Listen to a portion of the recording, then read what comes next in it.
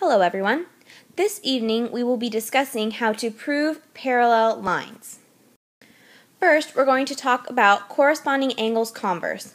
This says that if your corresponding angles are congruent, then the lines are parallel. So if we look in my pictorial version of this theorem, we see here angle 1 and angle 2 are congruent, and here I've written angle 1 is congruent to angle 2, then that means our two lines are parallel. So that implies that I can put these two arrows on my lines to show our lines are parallel. Now let's do an example.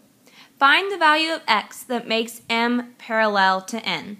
Well, if we look, we have 3x plus 5 and 65 degrees. They are both above the lines and to the right of the transversal. So we know that if they were congruent, that would mean that m and n are parallel. So I can set up the equation 3x plus 5 is equal to 65. Subtract 5 from both sides. So 3x is equal to 60. Divide both sides by 3, and we find that x is equal to 20. So if x equals 20, then that means m and n are parallel lines. Now let's look at the alternate interior angles converse. This says that if alternate interior angles are congruent, then the lines are parallel. So pictorially, if we see angle 3 and angle 4 are congruent, if we have written as such, then that means I can state that my two lines are parallel. Also, alternate exterior angles converse. If alternate exterior angles are congruent, then the lines are parallel. So as we see, 5 and 6 are alternate interior, and they are congruent as I have stated, so that means my two lines are parallel. And consecutive interior angles converse. If consecutive interior angles are supplementary, remember this is the different one, then the lines are parallel. So here we have 7 and 8. And if we know that measure of angle 7 plus the measure of angle 8 is equal to 180 degrees, then that means our lines are parallel. Now let's talk about the transitive property of parallel lines. This says if two lines are parallel to the same line, then all three lines are parallel. So if we look pictorially, I have these top two lines with my single pink arrow, those two are parallel, and then I have these bottom two lines parallel to each other with my double purple arrows, then that in fact means that all three of the lines are parallel to each other. So two lines parallel to the same one means everybody parallel. Now, the perpendicular transversal theorem says that if a transversal is perpendicular to one of two parallel lines that is perpendicular to the other.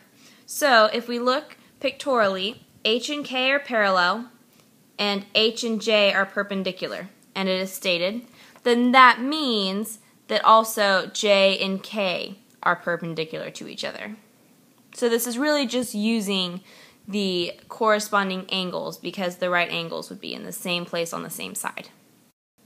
And then lines perpendicular to a transversal theorem. If two lines are perpendicular to the same transversal, then the two lines are parallel. So here we have J perpendicular to K and J perpendicular to H. That means that H and K are parallel to each other. So two perpendicular to one line implies two parallel. Alright, now let's give this problem a try. Find x. So pause the video and see if there's anything you can add to your picture that would make this easier.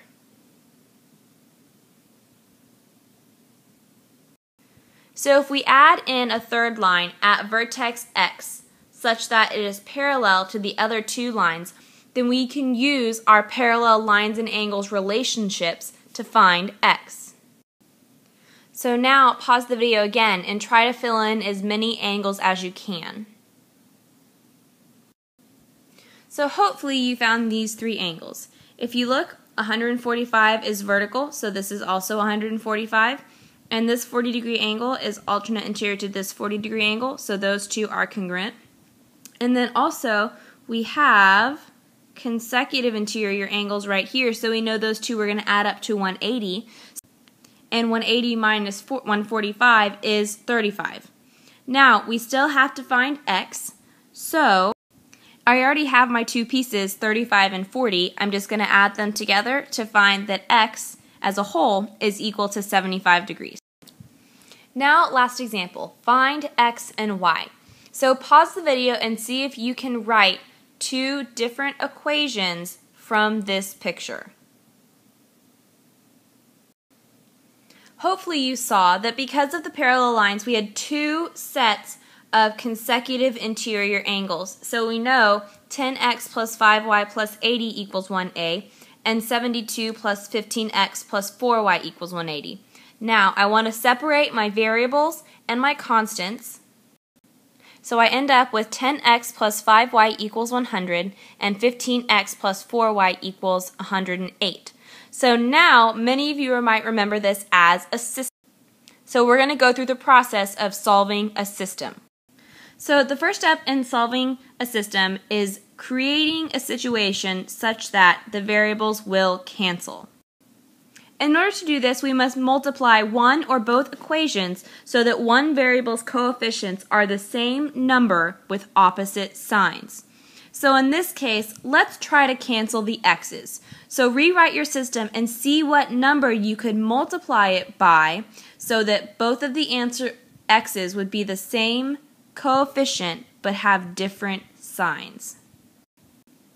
So you might have noticed that the least common multiple of 10 and 15 is 30.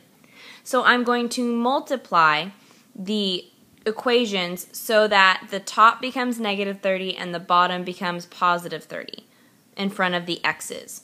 So when I multiply the top equation, I need to multiply by negative 3, and I'm going to multiply each of the pieces by negative 3. Same thing on the bottom. I will multiply all three pieces on both sides of the equal sign by 2. So once you've multiplied all of the pieces by the new numbers, then you should have negative 30x minus 15y equals negative 300, and 30x plus 8y is equal to 216. Now you are going to turn this into one giant math problem and add down and solve. So to do this, we're going to line up the variables and the constants, add down, and then solve for the variable we have left. So here my two equations are stacked. If you notice, the x's are lined up, the y's are lined up, and the constants are lined up. And the point of this is when I add down, we have positive and negative 30, and those two are going to cancel away. So once you're done, you're left with negative 7y equals negative 84. Then divide both sides by negative 7, and we find that y is equal to 12. So that's great, but we're not done yet. We still have to find x. In order to find x, we need to plug in and solve using what we now know about. So we're going to plug into one of the original equations and solve for the missing variable. In this case, I picked the first equation, so 10x plus 5 times 12 is equal to 100. Simplify, 10x plus 60 equals 100. Subtract 60 from both sides and you find that 10x is equal to 40. So you find x is equal to 4. Now for your final answer, you have two options. It could be written as two variable equations or as a coordinate point. So you could say x equals 4 and y equals 12, or you could say point 4, 12. And that is everything I have for you this evening. See you in class.